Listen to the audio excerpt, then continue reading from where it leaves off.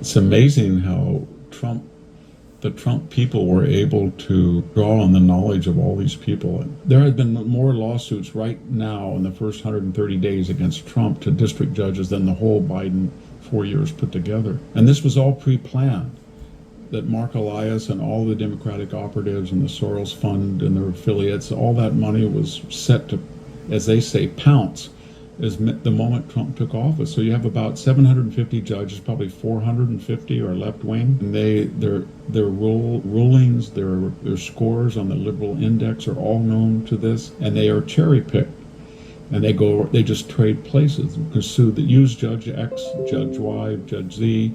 We used him last week. We'll use this guy, and then these people feel that, given whom they associate with and given the media that interviews them, are the situations that they will be iconic if they rule and stop the evil orange Donald Trump, orange man. And that's what they do. Victor Davis Hanson reveals what no one in legacy media dares admit. Trump didn't just walk into a political firestorm. He walked into an ambush years in the making. A coordinated legal war is being waged by partisan operatives, funded by left-wing megadonors, executed by cherry-picked judges with one goal: stop Trump at all costs.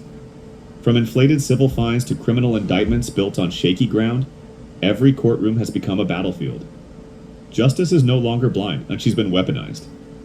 Meanwhile, the permanent class, the administrative state, academia, media, and foundations, works overtime to nullify the will of voters.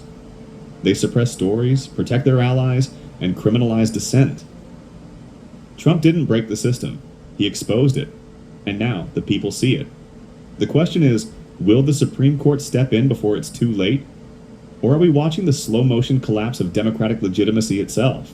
And they know they're going to eventually be either reversed or stayed because they overshot their jurisdictions and their authority. But basically, for now, the most powerful people in the United States are these 450 judges who can stop an elected president and stay all of his executive orders, everything, in a way that we've never seen before. The judge in the E. Jean Carroll case was left-wing, and he was the one that fined Donald Trump, I think, $83 million.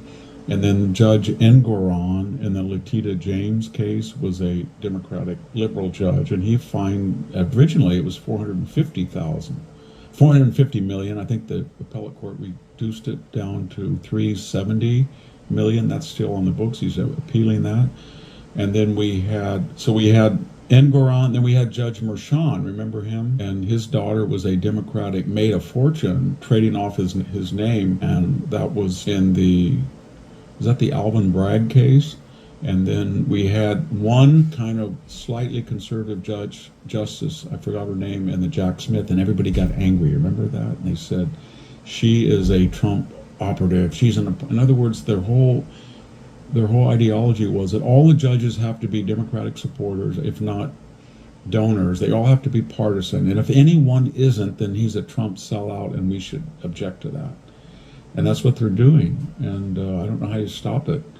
The Supreme Court, I think, will step in at some point and say, you're not going to cherry pick district court judges. And if you do cherry pick them, their rulings are not going to apply to 340 million people outside their jurisdiction. You know what I mean? It's not going to happen. What we're seeing is a titanic struggle, everybody, from what people want, the popular mood in the country on all these issues, and that reflection of that popular mood in control of the House and Senate, the presidency, to a lesser extent the Supreme Court, and the institutional resistance for causes that are unpopular and antithetical to what people want.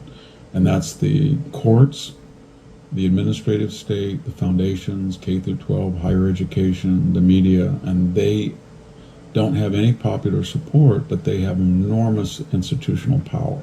And they check what the popular elected president wants to do in a popular elected Congress. And they have insidious ways. And they can raid Mar-a-Lago. They can try to get Trump's name off the ballot. They can take a laptop that they know is authentic and say it's Russian created and suppress information for a year. They can partner with Twitter to suppress information about it. When you reside here illegally, usually you have to have some form of identification, and usually that identification in some ways is fraudulent. But it's still an offense, whether it's a criminal offense or a civil offense. It is a crime to come here illegally without permission.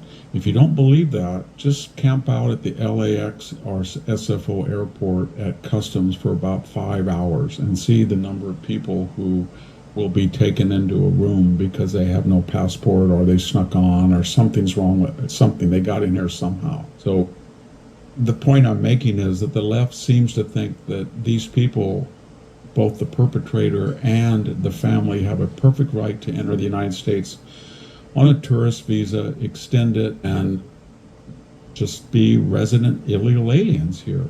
Then we got into the second question about the family, and of course, Douglas Murley was trying to point out that the left's Pavlovian response is always, how do I feel good about myself and morally superior to the state, all the other people, by trying to always side with the person who is the so-called underdog?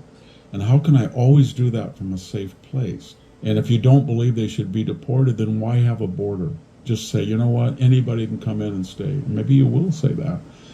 The other larger question that Douglas Murray, I thought, very adroitly explored in that article was, this is not unique to Mr. Suleiman. They have a rogues gallery that the left does. So they took Abrego Garcia, and they sent him back. That was very smart, as John, you pointed out, that the Trump people said, you know what, we're not going to argue anymore that he was ordered to deport. He's already been adjudicated. And the only reason that he didn't go back to El Salvador, he made this preposterous claim that he would be in danger because the cartel was threatening his grandmother. So let's just bring the blank blank back, and we'll have a real inquiry into who he is. If you enjoyed today's video, don't forget to give it a thumbs up and share.